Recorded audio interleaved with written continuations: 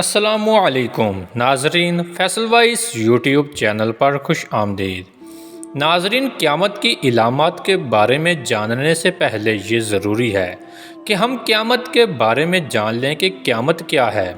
قیامت سور اسرافیل کے اس خوفناک چیخ کا نام ہے جس سے پوری کائنات میں زلزلہ آ جائے گا۔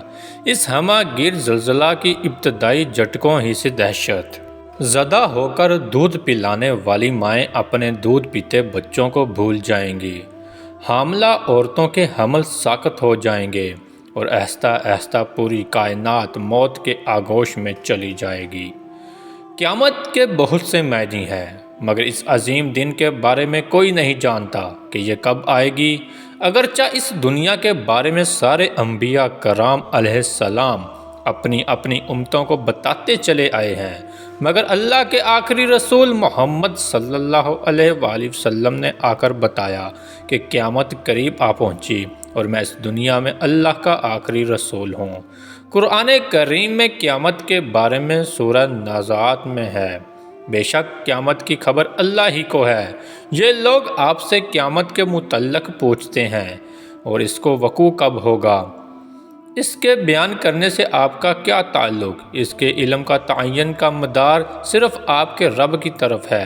قرآن پاک میں اللہ تعالیٰ نے جگہ جگہ قیامت کے بارے میں فرمایا ہے۔ سورۃ القاریہ میں اس بارے میں کہا گیا، جس کا ترجمہ ہے، وہ جڑ کھڑانے والی کیا ہے، وہ کھڑ کھڑانے والی، اور تو کیا سمجھا کیا ہے وہ کھڑ کھڑانے والی، جس دن لوگ ہوں گے بکھرے ہوئے پتنگے جیسے اور پہاڑ جیسے روئی دھنی ہوئی۔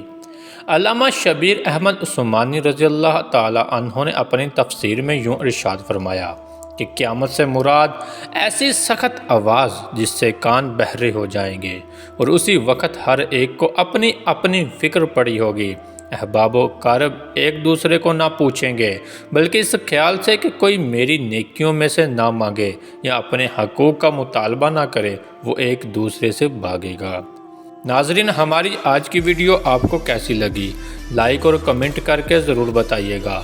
ملتے ہیں اپنی اگلی نئی ویڈیو میں، تب تک اپنا بہت سارا خیال رکھیے گا۔ اللہ حافظ۔